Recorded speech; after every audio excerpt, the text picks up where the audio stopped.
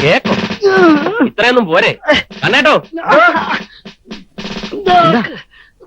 Cake കൊടുക്ക കേക്കോ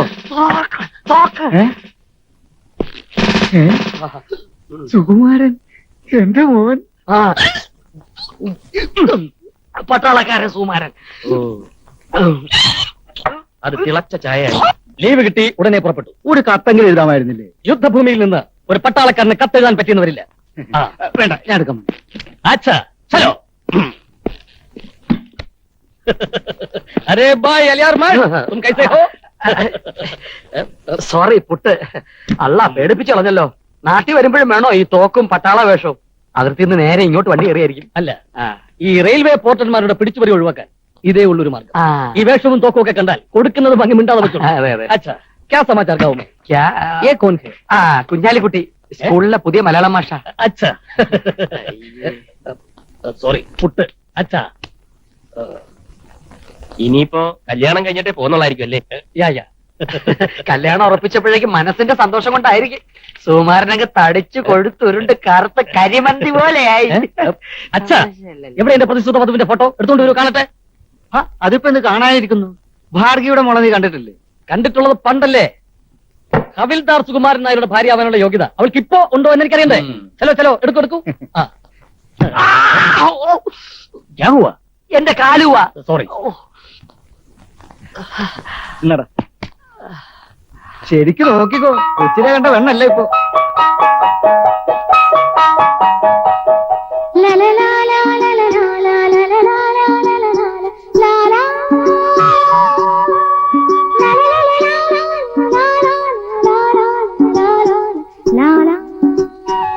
നല്ല അസ്തല് വണ്ടി. ഹജ്ജാവോ, അന്യന്റെ ഭാര്യയുടെ സൗന്ദര്യം ആസ്വദിക്കാനുള്ള ഈ ആവേശം അത്ര നല്ലതല്ല. ബസ് ബസ് വെച്ചോളൂ വെച്ചോളൂ. വെടി വെക്കണം ഇവനെയൊക്കെ. നല്ല സ്വയം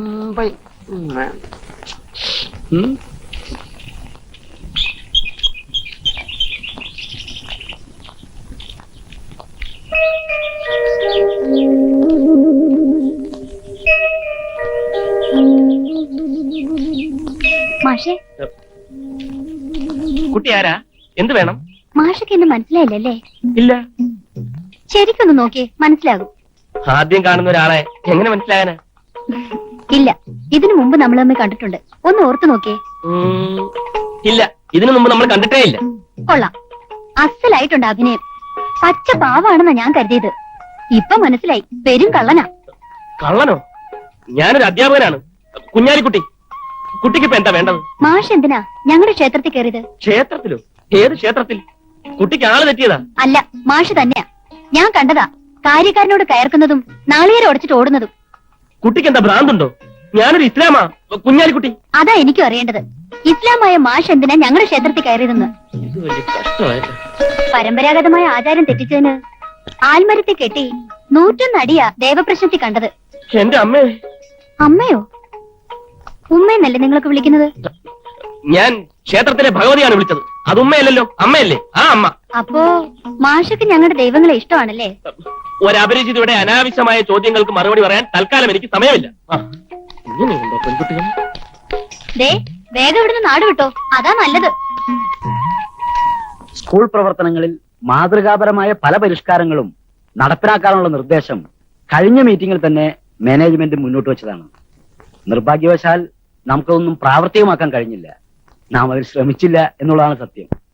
കാര്യക്ഷമതയില്ലാതെ പ്രവർത്തനരഹിതമായി കിടക്കുന്ന നമ്മുടെ ഫിസിക്കൽ എഡ്യൂക്കേഷൻ ഡിപ്പാർട്ട്മെന്റ് തന്നെ അതിന് ഏറ്റവും വലിയ ഉദാഹരണമാണ്. അലിയാർ മാഷ്ക്ക് ഇതേക്കുറിച്ച് വല്ലതും പറയാനുണ്ടോ? ഫിസിക്കൽ എഡ്യൂക്കേഷൻ ഡിപ്പാർട്ട്മെന്റ് പ്രവർത്തനരഹിതമായത് ഡ്രിൽ മാഷ എന്റെ കുഴപ്പം കൊണ്ടല്ല. എല്ലാ സ്കൂളുകളിലും ആധുനിക രീതിയിലുള്ള ഉപകരണങ്ങൾ വെച്ച് ബാൻഡ് പഠിപ്പിക്കുമ്പോ ഇവിടെ മാത്രം രാവണന്റെ കാലത്തുള്ള ഒരു പെരുമ്പറ മുഴക്കിയാണ് കുട്ടികളെ ബാൻഡ് പരിശീലിപ്പിക്കുന്നത്. ആദ്യം ഇതിനുള്ള മറുപടി മാനേജ്മെന്റ് പറയട്ടെ. അല്ലാതെ എല്ലാ കുറ്റങ്ങളിലും ഡ്രിൽ മാസ്റ്റർ തലയെ കെട്ടിവെച്ചിട്ട് ഒഴിഞ്ഞു മാറുകയല്ലേ വേണ്ടത്.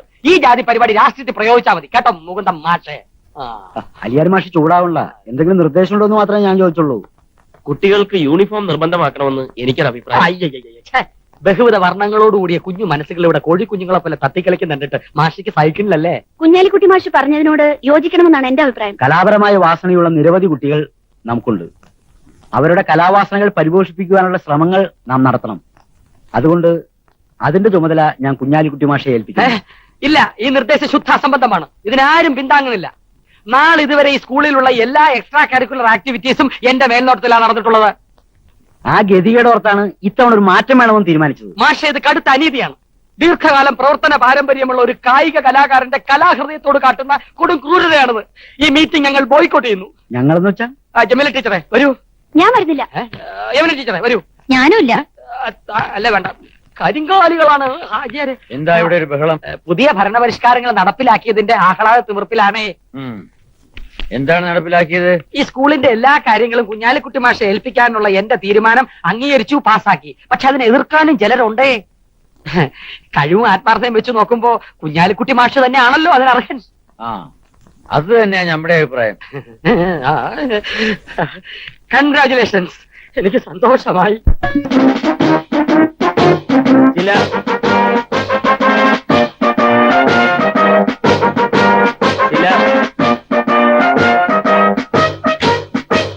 മാഷേ,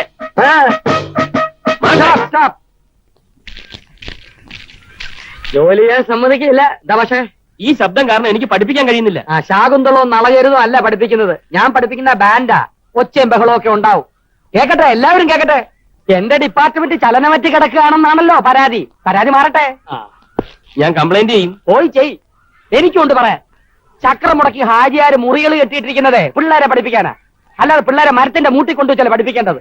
ഇയാടെ ഓരോ പരിഷ്കാരങ്ങൾ. ഇതെന്തുവാ, ശാന്തിനികേതനോ? കുട്ടികളുടെ തലേ കാക്ക തൂറി അതിന് ഉത്തരം മാഷ് പറയേണ്ടി വരും. മാഷെ, ഞാൻ വീണ്ടും പറയുകയാണ്, ആചാരെ അറിയിച്ചാൽ രൂക്ഷമായ പ്രത്യാഘാതം ഉണ്ടാവും. Come on play.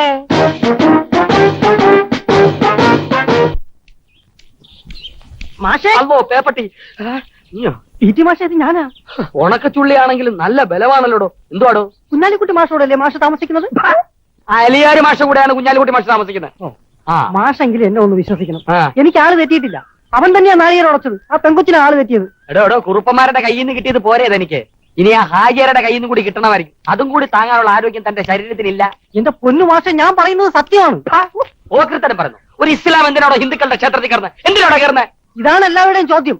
ഞാൻ എന്റെ കണ്ണുകൊണ്ട് കണ്ടതാ. ശ്രീകോവിന് മുമ്പിൽ നിന്നവൻ സ്വത്രം ചെല്ലുന്നത് ഇങ്ങനെ സസ്തികസ്തം വിരൂപാശം ആണല്ലോ. നേരെ ചൊവ്വേ ഖുറാൻ വായിക്കാൻ അറിയില്ലവന്, പിന്നെ ആ ഭഗവതി സ്തോത്രം ചൊല്ലുന്നു. ഇപ്പൊ പറഞ്ഞത് സത്യം. ഖുറാൻ വായിക്കാൻ അറിയില്ല മാഷെ. അവൻ ഇസ്ലാമേ അല്ല. അതെ മാഷെ, എനിക്ക് ബലമായ സംശയമുണ്ട്. ഓടോ, അങ്ങനെ വരാൻ വഴിയില്ലല്ലോ.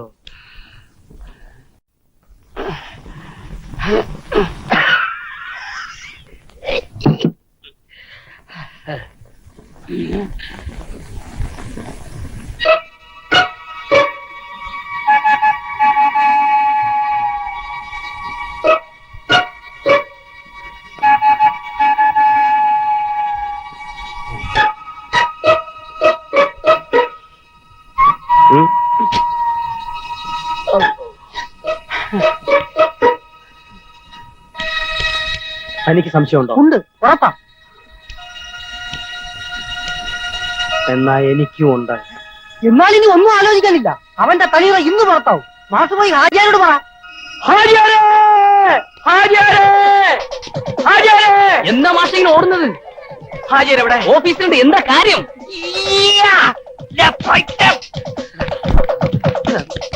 ഹാജിയാർ എവിടെ?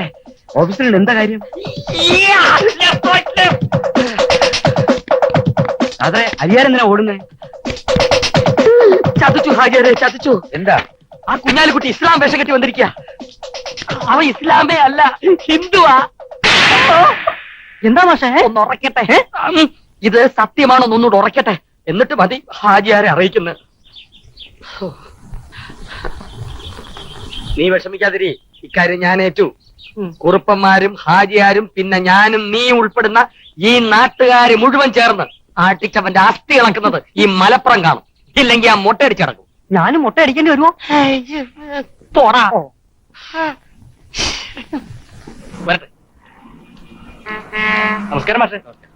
ഇങ്ങോട്ടാ, ഇവിടെ അടുത്ത്.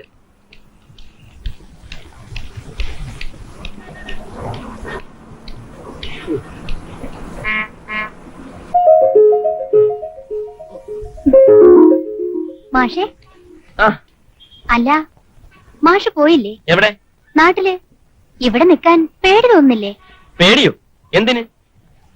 ദേവപ്രശ്നം, ആൽമരം, പിന്നെ 101 അടി. പോയോ? ഇവിടെ കുട്ടിക്ക് എന്തിന്റെ തോക്കേടാ? ഛെ, ഇത് വലിയ കഷ്ടമായല്ലോ. മനുഷ്യന് വഴി നടക്കാൻ പറ്റില്ലെന്ന് പറഞ്ഞ ഞാൻ ആൾക്കാരെ വിളിച്ചു കൂട്ടും. മാന്യനായ ഒരു ചെറുപ്പക്കാരനെ വഴി പിടിച്ചു നിർത്തി ശല്യപ്പെടുത്തുക എന്ന് പറഞ്ഞാൽ അതിന്റെ നാണക്കേട് എനിക്കല്ല, കുട്ടിക്കാ. പറഞ്ഞേക്കാം. ശരി, ഞാൻ ശല്യപ്പെടുത്തുന്നില്ല. മാഷ് പറ, എന്തിനാ ഞങ്ങളുടെ അമ്പലത്തിൽ കയറിയത്? എനിക്ക് ഇഷ്ടമുണ്ടായി. പോയി കേസ് കൊടു.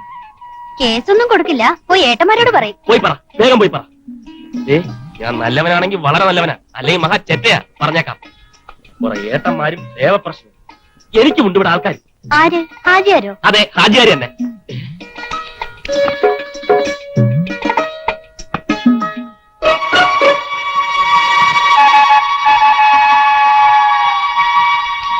ഈ ഷെർഷയുടെ ഭരണകാലത്ത് നടന്ന പല ഭരണ പരിഷ്കാരങ്ങളും വാസ്തവത്തിൽ മുഹമ്മദ് ബിൻ തുഗ്ലക്കിന്റെ കാലത്ത് തന്നെ തുടങ്ങി വെച്ചതാണ്. മുഗൾ ഭരണത്തിന്റെ സുവർണ്ണ കാലമെന്ന് ഈ കാലഘട്ടത്തെ വിശേഷിപ്പിക്കാമെന്ന് ആ കാലഘട്ടത്തിൽ ഇന്ത്യ സന്ദർശിച്ച ചൈനീസ് ചരിത്രകാരനായ ഹുവാൻ ഹുയി അഭിപ്രായപ്പെട്ടിട്ടുണ്ട്. എന്താ? Juan who. താഴ്ന്ന ക്ലാസുകളിൽ കുട്ടി പഠിച്ച ചരിത്രകാരന്മാരിൽ നിന്ന് തികച്ചും വ്യത്യസ്തനാണ് ഈ മഹാൻ. BC 200-ാം ആണ്ട് അവസാനം ചന്ദ്രഗുപ്ത മൗര്യൻ ഡച്ചുകാരുമായി ഉണ്ടാക്കിയ ഡച്ച് കരാർ തെറ്റിച്ചുകൊണ്ടാണല്ലോ പ്രസിദ്ധമായ ഡച്ച് യുദ്ധം ഉണ്ടായത്. അതൊക്കെ കുട്ടിക്ക് അറിയാവുന്ന കാര്യങ്ങളാണല്ലോ. നിർത്തടോ. അലിയാരി മാഷ് അപ്പൊ വന്നു. ഈ കുട്ടി മനസ്സിലായില്ലേ? അന്ന് നമ്മുടെ കുറുപ്പത്ത് വീട്ടിലെ ഗൗരിക്കുട്ടി എന്നോട് ഇന്ത്യ ചരിത്രത്തിലെ ചില സംശയങ്ങൾ ചോദിക്കാൻ. കുട്ടി ഇത് അലിയാരി മാഷ്. ഡ്രില്ല്. എനിക്കൊരു സംശയം തീർക്കാനുണ്ട്. കുട്ടി, തേങ്ങ ഈ ബസ് വന്നു. സംശയങ്ങളൊക്കെ നമുക്ക് പിന്നെ ക്ഷേത്രത്തിലെ എടോ, 2 ടിക്കറ്റ് എവിടേക്കെങ്കിലും. ഒന്നവന്റെ വാപ്പാക്കായിരിക്കും. തേങ്ങ ഉണ്ടല്ലോ, തേങ്ങ. അത് ഈ ഹിന്ദുക്കളുടെ ക്ഷേത്രത്തിലെ തേങ്ങ അടിച്ചതിനെ പറ്റി. അല്ല, അടുത്ത ബസ്സിൽ പോവാ. കുട്ടി നിൽക്കൂ. കുട്ടി, ഇയാൾക്ക് തലയ്ക്ക് എനിക്ക് പറ്റുന്നില്ല. ഞാൻ ഒരു സംശയം ചോദിച്ചെടുക്കാൻ വേണ്ടാണ്. കുട്ടി,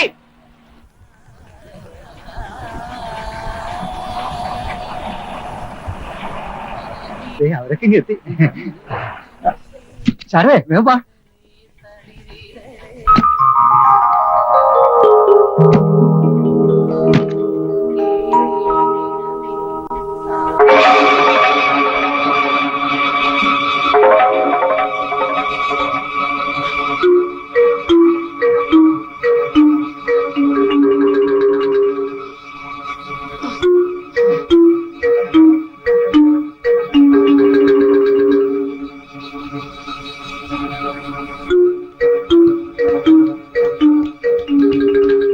മാഷേ, മാഷ ഒന്ന് നിന്നേ. ഇയാള് എങ്ങോട്ടാ ഓടുന്നത്? വയറിന് സുഖമില്ല. മാഷേ, ഒന്ന് നിൽക്കാൻ. മാഷേ, ഒന്ന് നിന്നേ. മാഷേ, ജോജി.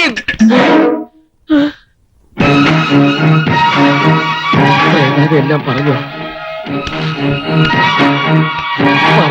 തോന്നുന്നു. അവിടെ നിന്നില്ലേ? എല്ലാരെയും പറ്റിക്കുന്നല്ലേ, എന്നെ പറ്റിക്കാന്ന് വിചാരിക്കണ്ട. എവിടൊക്കെയാണ് അന്വേഷിച്ചു? ആരാ വന്നിരിക്കുന്നേ? അവര് നാട്ടില് എല്ലാം എന്നോട് പറഞ്ഞു. അവര് പറയുന്നൊന്നും വിശ്വസിക്കരുത്. കയ്യോടെ പിടിച്ചോണ്ട് ചെല്ലാൻ എന്നോട് പറഞ്ഞു. അലിയാരെ, ഞാനെല്ലാം തുറന്നു പറയാം. തുറന്നു പറയാനോ? ഈ മാഷ എന്തൊക്കെയാ പറയുന്നേ? മാഷ കാണാൻ നാട്ടിൽ നിന്ന് ഒരാള് വന്നിരിക്കുന്നെന്ന്. ആര്? ഏതോ ഒരു ജോജി. ജോജിയാ?